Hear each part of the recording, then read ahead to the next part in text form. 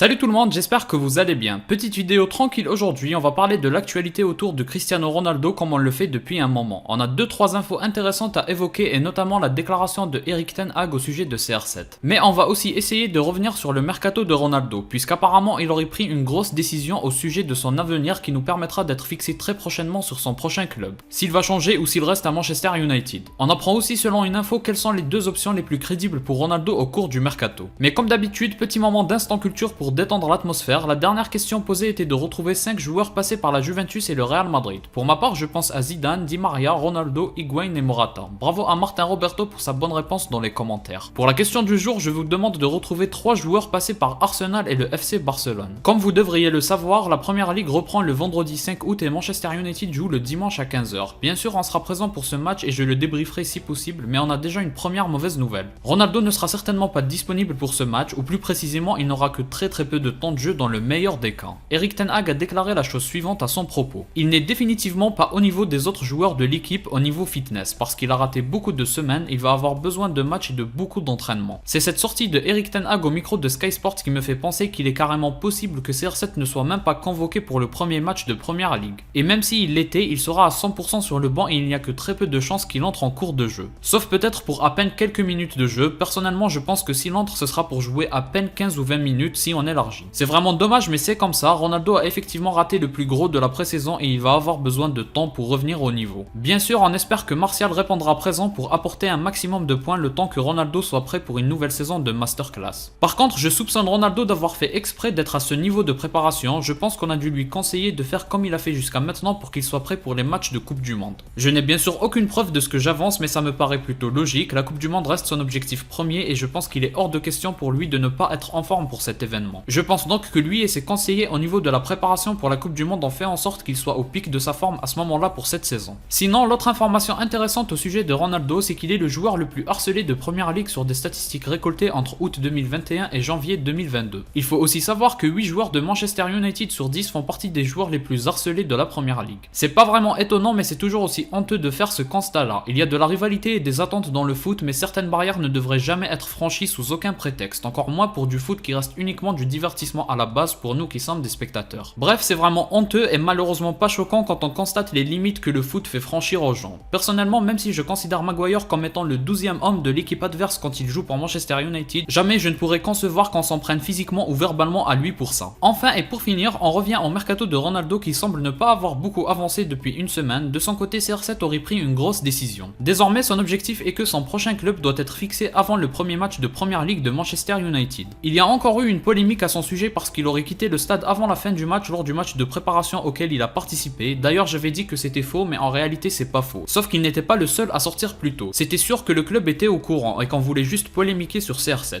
Tout ça est clairement fait dans l'objectif de salir encore plus l'image de Ronaldo. Mais ne vous inquiétez pas, il va éteindre tout ça et remettre tout le monde d'accord sur le terrain. En tout cas, revenons aux deux options qui restent toujours l'Atlético Madrid et Naples pour accueillir Ronaldo, mais il faudrait que les deux clubs libèrent un peu leur effectif pour pouvoir procéder au transfert de Ronaldo. C'est ce que l'information dit en tout cas, mais c'est encore une fois une information à prendre avec des pincettes. Je doute fort que l'Atlético Madrid veuille réellement de Ronaldo et que ce soit réciproque. Il y a eu des démentis des deux côtés, donc je n'y crois plus du tout personnellement. Et l'option Naples est tellement compliquée et si peu cohérente par rapport au statut du club que ça m'a juste l'air d'une info pour chauffer le mercato de Ronaldo mais qui n'a plus rien de crédible. Personnellement, je vois Ronaldo poursuivre avec Manchester United. Je pense qu'il sera prêt au bout de 3 ou 4 matchs sur le banc, il aura fait beaucoup d'entraînement et il pourra commencer à être titularisé. Et je pense que dès qu'il arrivera au pic de sa forme, la Coupe du Monde sera arrivée et ce sera parfait pour lui. C'est pas top qu'il fasse ça vis-à-vis de Manchester United, mais c'est ma théorie personnellement. Après, ça permet aussi au club et à l'entraîneur de faire jouer Martial parce que quand Ronaldo veut et peut être titulaire, je ne vois pas comment un entraîneur pourrait le mettre sur le banc pour Martial. Ça me paraît impossible, donc au moins ça ouvre des possibilités qui auraient été impossibles si Ronaldo était prêt à temps. Dites-moi quels sont les objectifs que vous fixez pour Manchester United cette saison, quel objectif minimum et quel objectif réaliste que ce soit en Première Ligue, en Europa League ou même pour les coupes d'Angleterre. Dans le jeu aussi, on a énormément d'attentes. J'espère me régaler cette saison avec Manchester United et non pas uniquement grâce à Ronaldo. Si vous avez aimé, laissez un like et abonnez-vous pour me soutenir. Moi je vous dis à la prochaine, portez-vous bien.